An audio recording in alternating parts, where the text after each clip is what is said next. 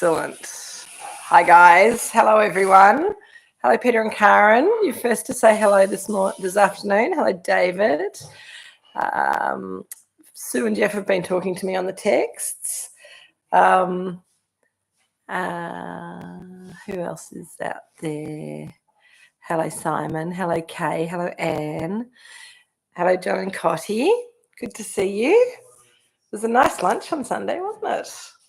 I was a bit tired after that. Oh, no, I was tired after going to Adelaide. Sorry about my scruffy old hoodie. I've got a nice T-shirt on underneath this, but it's too cold. And I've got a croaky voice. I'm choosing to blame it on the plane trees in Adelaide on Tuesday that made me a bit tickly in the throat. So I'm hoping that's all it is, a little bit of hay fever. Don't have time for anything else. So hello, Kevin and Emily. How you going?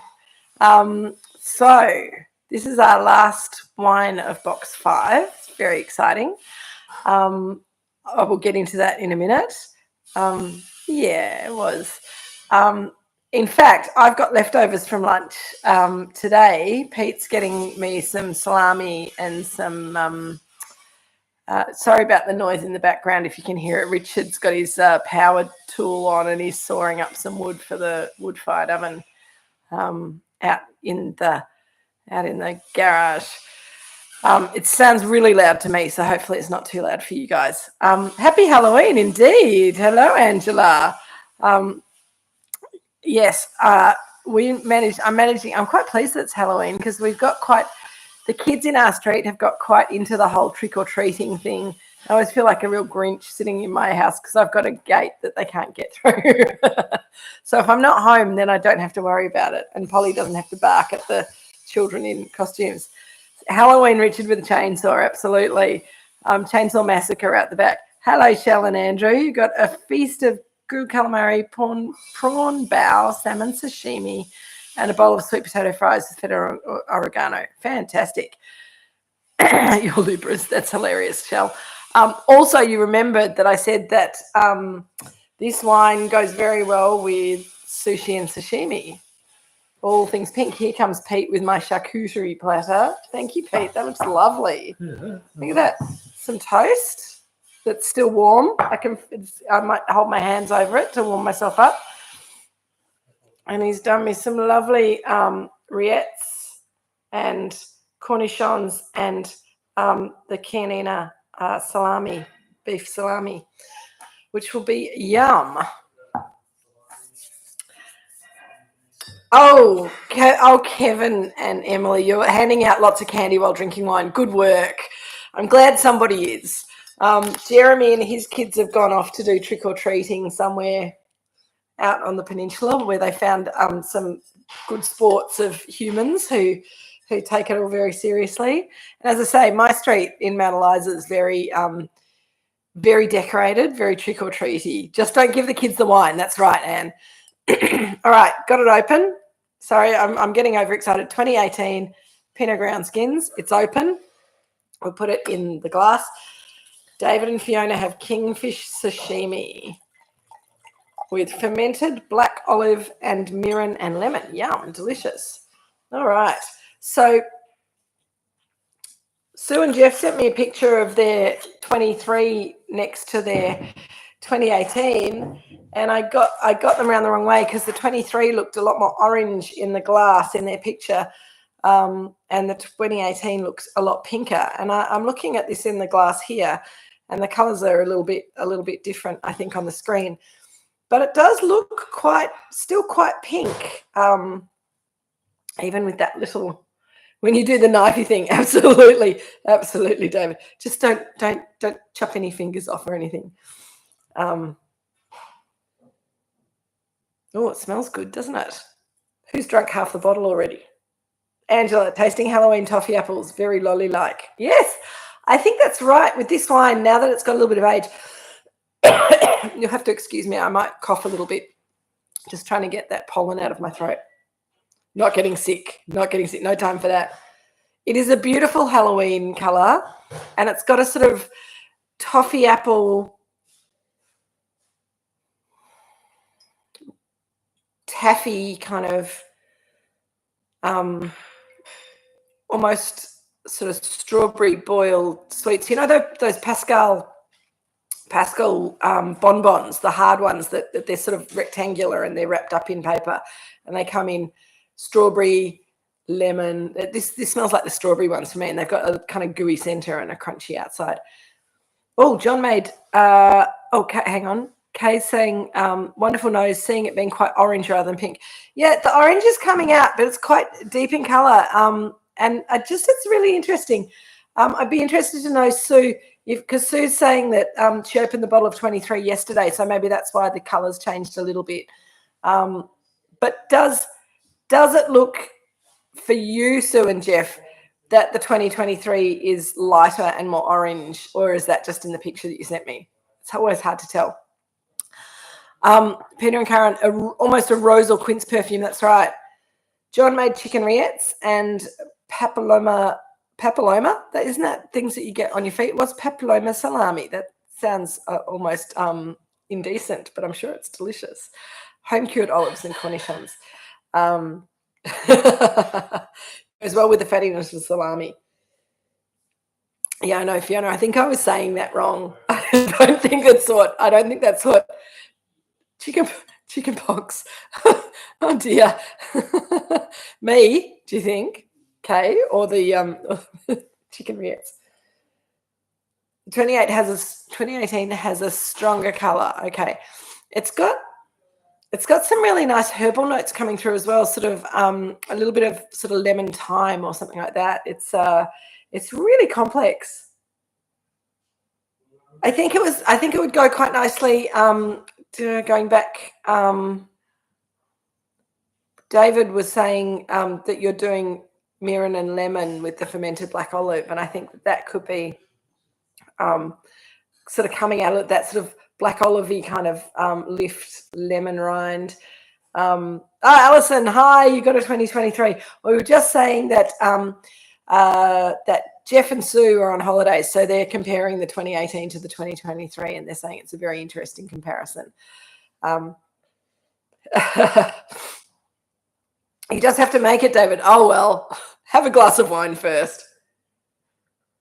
It's also got almost a balsamic kind of nose, and I've used that descriptor before, and I'm not sure if it means what I think it means, but for me, it's almost like there's almost a balsamic vinegar kind of lift to it, but also a herbal, like chopped up herbs kind of character on the nose too.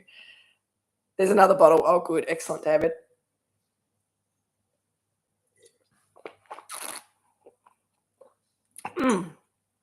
Delicious, perfect temperature, 16 degrees. Jeff and Sue want to know how long the wine spends on skins for the colour. We make this exactly the same way as we make our Pinot Noir. It does have grapefruit on the nose case, sort of pink grapefruity kind of almost crystallized pink grapefruit, but not in a sweet way, just in that sort of concentrated way. On the palate,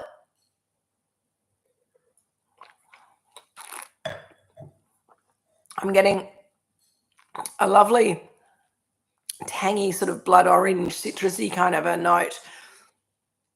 There's some sour cherry there.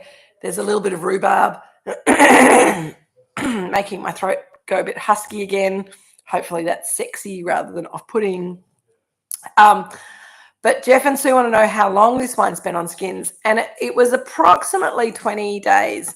And when we talk about that, the time on skins is probably less important. Jeremy kind of gets a bit twitchy when we go, 20 days on skins, 21 days on skins, 19 days on skins. Because what does it mean? Why is it, what are we doing to it while it's on skins? Because we could just be sitting with the skins on top of the ferment and not interacting very well at all.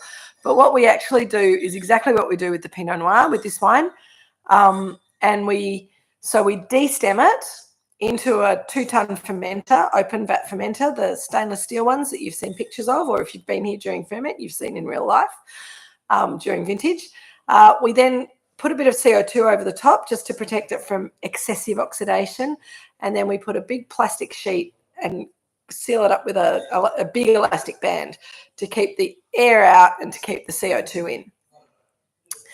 It has a period of time then of pre-fermentation maceration. And the other thing that we've done before we've processed it is let it is cool it down in the cool room overnight. So it's about 12 degrees centigrade when we start working with the fruit. That just slows down the onset of the primary fermentation, and that'll usually take usually it'll be sort of 5, 6, 7 days before the ferment starts. Sometimes it's a little bit sooner, sometimes it takes a little bit longer, but it's about that sort of a bit less than a week up to a week pre-fermentation maceration.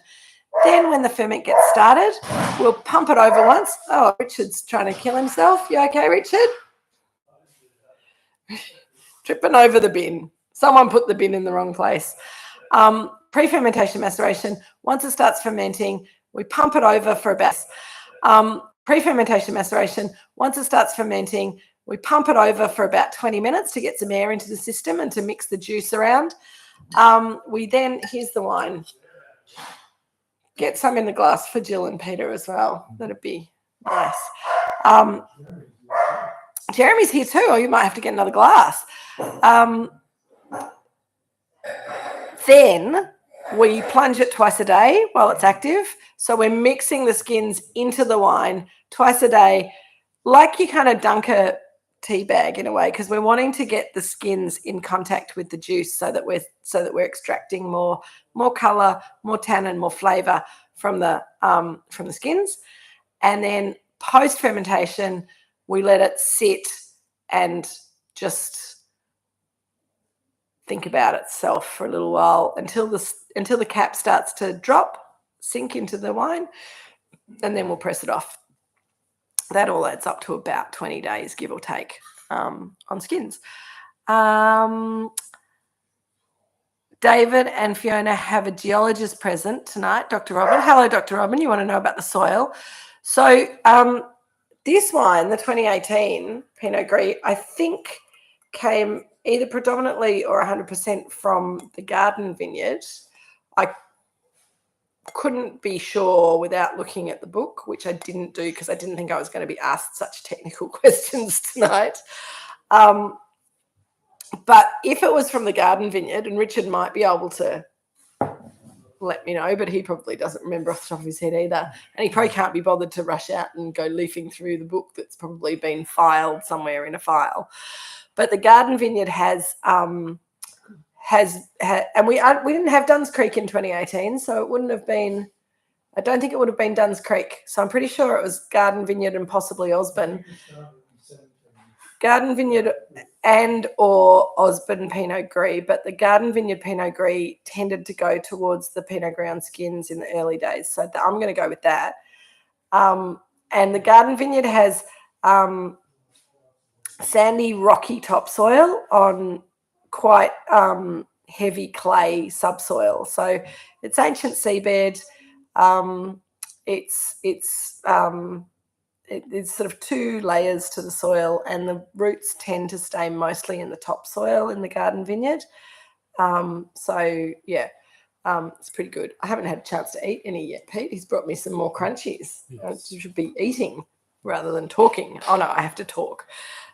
Good. I'm glad that was interesting, Robin. The other type of soil that we have on the Mornington Peninsula is more in the south, which is the volcanic soil, which is also ancient seabed with volcanic sort of action coming up through through holes in the seabed rather than an actual volcano. So there's quite a lot of volcanic soil up around Red Hill and Main Ridge, which gives slightly different flavour profiles.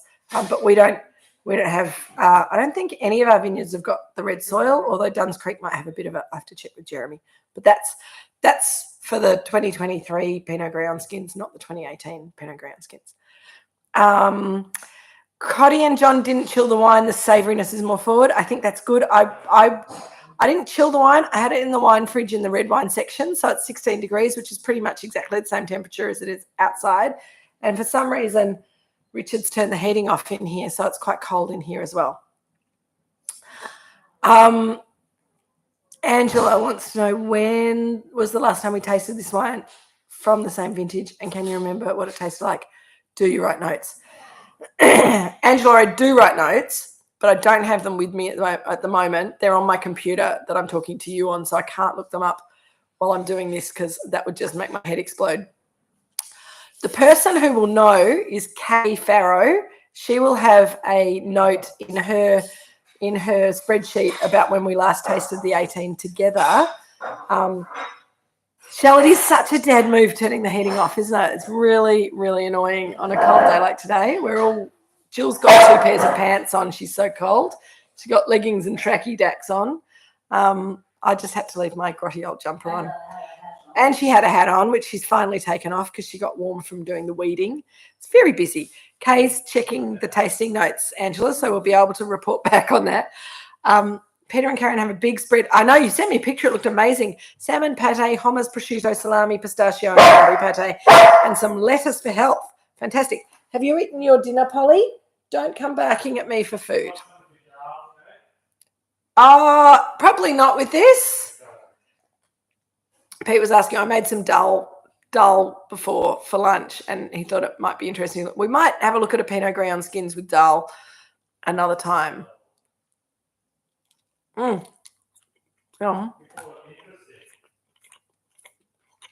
What? I call what interesting? Not dull. Not dull. Okay.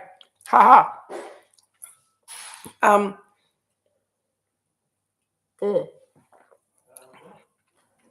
The salami is really good with the wine. The oiliness of the salami. And this Chianina salami it's made from beef. There's obviously some pork fat in there. It's got a really good amount of spice in it. I think there's quite a bit of cinnamon in there as well as some nutmeg. It's really yum. Oh, Shell, okay, you have some. Well, it's red lentil dal that I made today as well. Jill was out and about, and I wasn't sure whether she was coming back from lunch, so I made the dal for lunch, but she brought sandwiches back, so I had the sandwiches instead. Did you have your dinner, Pole, or are you just coming to eat salami from me? She's had her dinner. Now she wants salami for dessert. The fat and the spiciness and the saltiness of the salami is really, really good with the wine. Angela, this is salami made by a little old Italian man for our friends Daniela Mollica and Sam Walker, who are in Isola Chianina in Gippsland. Daniela offers a 10 kilo box of different cuts of meat every second month usually. It just depends on when the cows are ready for butchering and all that kind of thing. You get quite a lot of secondary cuts. You get a few kilos of mince, and then a couple of, like a T-bone and a ribeye, and for 10 kilos of meat, all kind of in different parcels of different things. And they also make a salami, but they only ever offer the salami as an addition to buying a box of meat. So I actually bought, they did a box of just minced meat last month, and I bought a salami as well. So this is the last of the salami. Pete's cut it really nicely for me. It's not too thick, not too thin, and it's awesome. I've also got some of Jill's pork rillettes that I'm going to have in a minute. It's very delicious. But yeah, it's a beef-based salami, Angela. It's got pork in it as well. Yeah, I said that. They do a Brazola as well. Yep.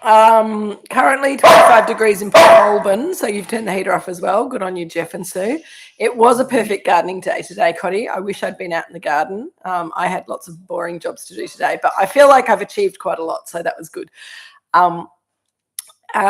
David, 44-gallon drum, some Halloween wood and fingerless woolen gloves. That sounds nice. Very good. Alison, good picking. Alison wants to know, Richard, he's gone out to get some poly bribery.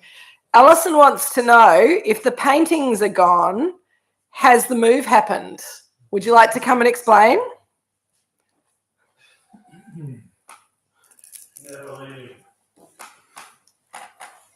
Has the move happened, Richard? Well, I'm around the wrong way. I know, it's confusing, isn't Very it? confusing. Yeah. It's in progress, and unlike more normal moving house, we've got plenty of time. So we're still sleeping up here, but things are going into our beautiful apartment downstairs. And we're very happy with most of it. And the paintings have gone downstairs. Dad's a bit worried that if he moves down there and sleeps down there, we might lock the door and not let him come back upstairs, which is not what will happen at all. That's Kate's wishful thinking. It was Duns Creek, by the way. Sorry? Duns Creek. It is Duns Creek. So what sort of soil? Volcanic soil. All right, guys. Controversial. I told you all the wrong stuff about this. The 2018 was Duns Creek fruit, and Duns Creek has the volcanic soil. So they're a bit further to the south, and it's just on the edge of the volcanic soil area. And so volcanic soil, Pinot Gris, what do I know? Sorry about that, Robin. But the soil is very interesting down here, and I think that the difference between now, Dad, is it? I always get the word wrong. Is it alluvial soil down here? No, it's.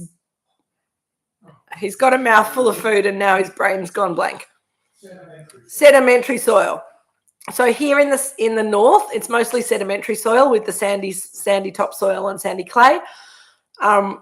Volcanic soil at Duns Creek, so much better drainage, better root penetration. Got a little something in my tooth. Hang on. Bit of pickle stem or something. No sedimentary. No, yes, sedimentary. Here. And I'm so confused now. Red Hill is, Red Hill's, no, we've got a geologist in the background, and I'm getting scribing from David, and the geologist said no sedimentary, which I think means no, it's not alluvial, it's sedimentary, or no, it's not sedimentary. No, it's sedimentary. Excellent. Thank you. I'll get that right one day. Sedimentary, dear Watson, Peter said. That's how I'll remember it. It's elementary soil. Oh, no. Now, someone, our feast is going in the bin. The dal is amazing with the wine, accentuating the curry leaves and cumin and fennel. It's also a bit tingly on the tongue. That makes sense. Don't throw your feast in the bin, Shell. Goodness me. Just pop it in the fridge and have it later. Pete, you might want to have some dal with this. Shell says it's amazing. We'll do that next time, Shell. Next time we have Pinot Gris on skins, I'll send out my recipe of dal. You can send me some. David, you are doing my head in again. 6:23 record. Well done. It's been a big week. That's my only excuse for being easily confused. So Angela wants to know, so the different years of Pinot Gris on skins are made with grapes from different vineyards. In recent years, it's been Duns Creek. I thought it was more recent than 2018, but I know that the 2022 and 23 came from Duns Creek.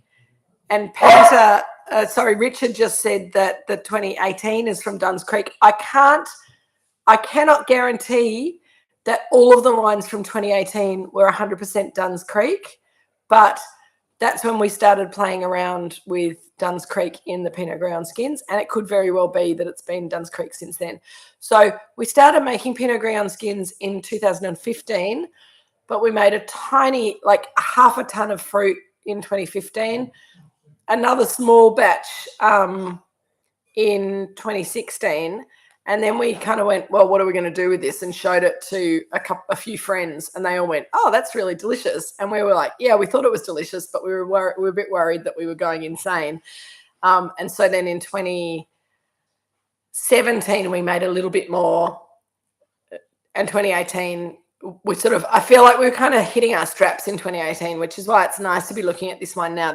I think this is the first one that really sort of set the style, and that we've kind of run with this ever since. Little Cointreau on the nose, Fiona. That's interesting. I said blood orange, Cointreau, that kind of orangey note. I agree. There is definitely something orangey, Cointreau-y. It's pretty lovely nose, actually. Shell is recommending the Ottolenghi comfort recipe. Excellent. Thank you. We will take that on board and we will do that very soon. It is travelling well, Kay. More blood orange was sitting in the glass. It's really good for a 6-year-old wine, and we had no idea how this wine was going to age. So it's kind of exciting looking at it now and seeing how it's kind of going. It's lost that kind of musk stick character that it often has as a young wine, but developed into more sort of boiled sweet kind of notes. As Angela said at the outset, a little bit of kind of Halloween toffee apple kind of note, volatile orange. David, you're back on your what were you on about? Clockwork orange last week.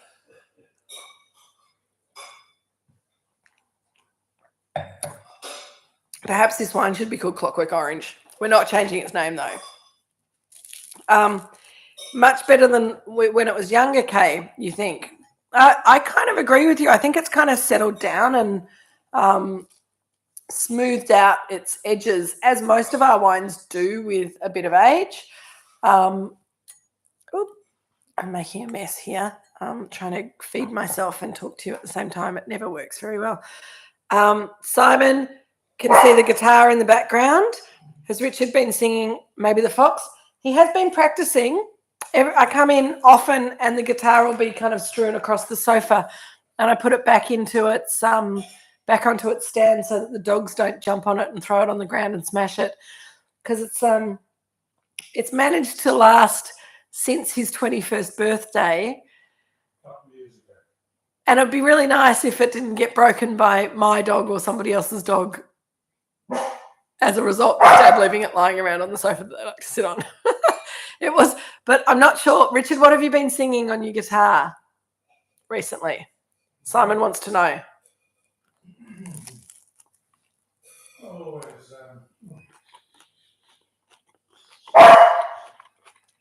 You can't remember. A bit of Mr. Tambourine Man he's been playing. Yeah.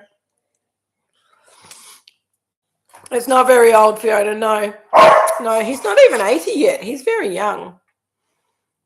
The wine was still good when it was young, Kay. That's right. Jeff and Sue had hard Dutch mature goat cheese with salami and pastrami. Were lovely together. David, if it was garden, I'd say hold.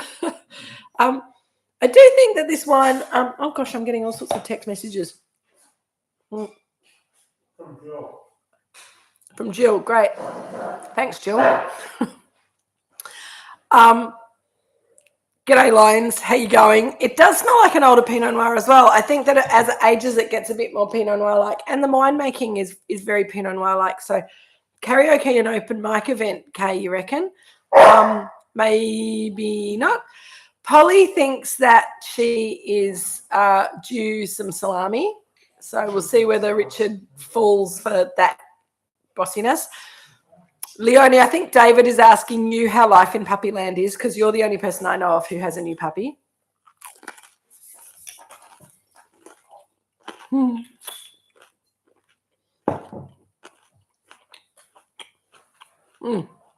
Sorry. I just forget how long it takes to chew up a mouthful of Dad's beautiful bread with anything on it. But that was jolly delicious. Let Polly bark to fill in the silence. She is adorable. Leonie brought her over last week and we all got to meet her. Even Polly was quite taken with her, I think. Although Tallulah not so much, but Tallulah's very antisocial. So, and I think Bonnie also Bonnie also was quite keen to round up the woolly-looking creatures that looked a bit like sheep. So she was a bit confused by the poodle and the poodle cross here. But anyway, I think this wine is just... The big problem with the Pinot Gris on skins is that it slips down so easily that it sort of disappears quite fast. And I'm going to pour myself a little bit more. You can see that my friends are helping me quite a lot. That's how much they've left me.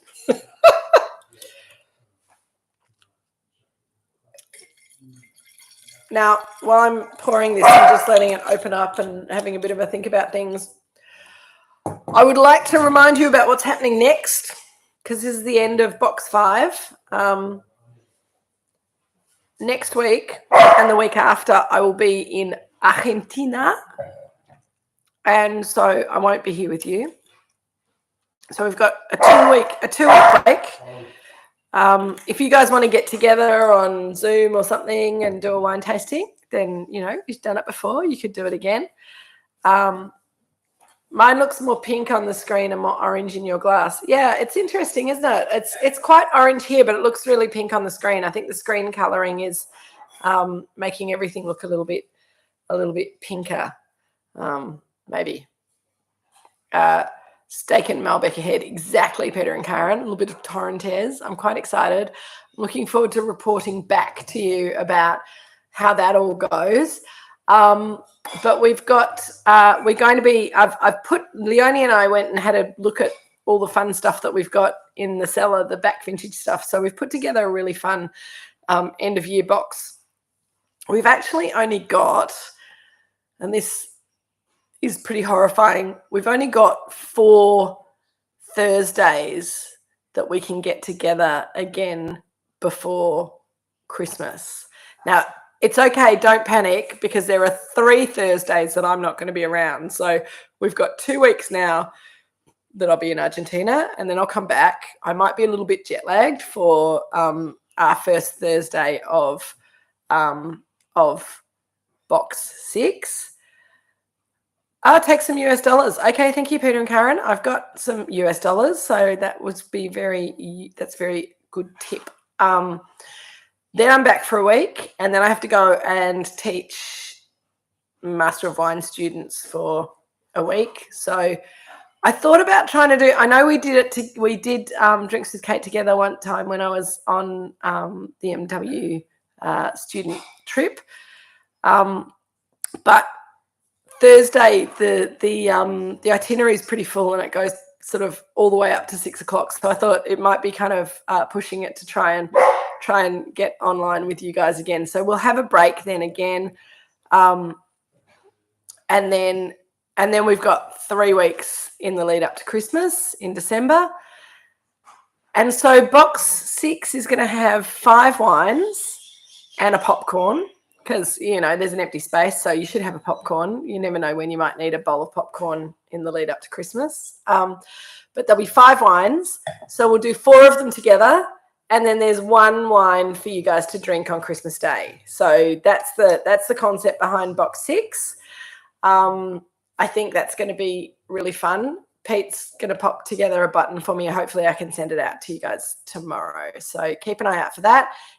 Those of you who are interstate, order it as quickly as possible, and we'll get it out to you as quickly as possible, so we make sure that you've got it in time for 2 weeks' time. There is an Angostura bitters character coming through, Fiona. A little bit of cinnamon, a little bit of bitters, more almost dried citrus rind on there. Got to have some popcorn, Alison. We might see, well, there's a couple of Chardonnays, there's a Pinot Gris, there's a couple of Pinots in the box. It's really fun. It's some old wines, and Leonie and I really kind of looked at the ones that we've only got like 3 dozen bottles left of these wines. So they, so once these boxes are gone, unless you've got more of those wines in the cellar, we'll never get to taste them again. So it's kind of, it's a last chance to see kind of a box. Don't miss out on box 6 for this year. It's going to be really, really fun. I'm going to eat some more salami. Hang on.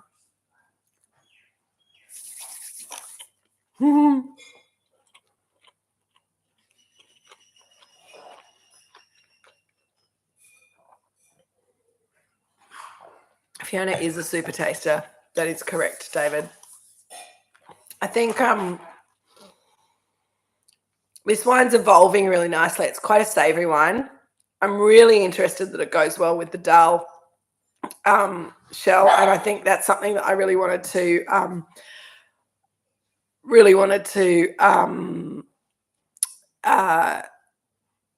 do some more Indian kind of spicy foods with wine, and I think that a dal with Pinot Gris and skins will be great. So we'll do that next year. Nice way to wave goodbye for the end of the year. Absolutely, David. And I've got to say, if people are starting to feel like Drinks with Kate is kind of getting in the way of their lives, then you just need to let me know. We can kind of, change things up. I love the fact that we're in 2024 and we're still doing online tastings, but I know a lot of people in the world couldn't think of anything worse. The fact that you guys are still enjoying it, I think is awesome. Fiona's brother-in-law says he's tasting barbecue shapes. Unreal. Thank you, Simon. That's very kind of you. I think this wine is looking just beautiful. I'm glad that you like. Hello, Nareem. Hello, the Dies. I have also got to report back that I did some research while I was over in Adelaide selling wine. I was also doing research for our trip next year.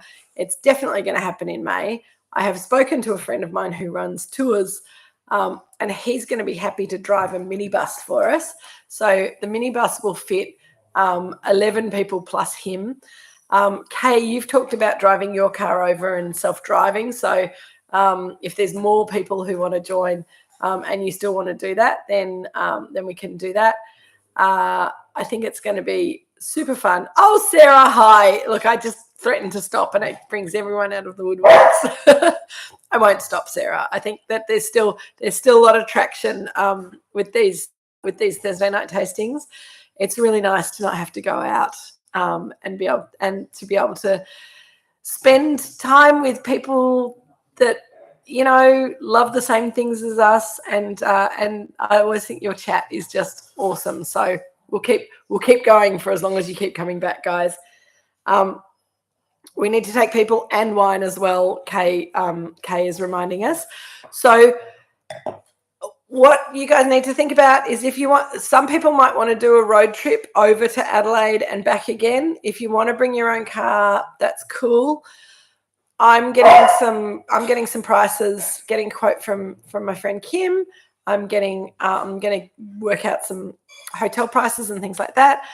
I feel like the itinerary is coming together really nicely. So I'll be able to let you know in the not too distant future a sort of ballpark cost for and a little itinerary to give you an idea of how it's all going to go, and then we'll see who's really ready to come on tour with Drinks with Kate. The really nice thing that Kim said was that if he drives the minibus and takes us around, then he needs to have a team T-shirt as well. So I think the team T-shirt is definitely guaranteed. I think it's going to be super fun. So hurrah. Peter and Karen can't live without Drinks with Kate, and Michelle, a joy and an excellent excuse. Thanks, guys. So I'm a bit sniffly, I'm sorry. But the wine is looking better and better in the glass, and it's looking more and more like a Pinot Noir with a little bit of age on it. It's got that lovely cherry strawberry fruit. It's a wine that I love because I have no idea what it's going to do next. So it's always good to have some mysteries in life. This wine so far has been a very enjoyable journey. Let's see how it keeps going. I'm going to love you and leave you now. But have a really nice couple of weeks. I will miss you, and I will see you when I get back from Argentina with many, many stories. I might even be pushing to plant Malbec in the vineyard? No, I don't think so. I don't think we're Malbec country here on the Mornington Peninsula, but we'll have lots of stories to tell, and oh, Shell, that's so sweet. Love you too. And here's to the end of box 5 and to the beginning of box 6. We're in the lead up to Christmas now. It's all crazy now. So I'll see you all.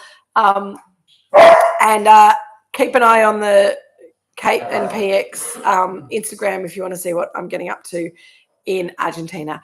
Take care, everyone. See you soon. Bye. Love you all. Cheers. How do you say goodbye?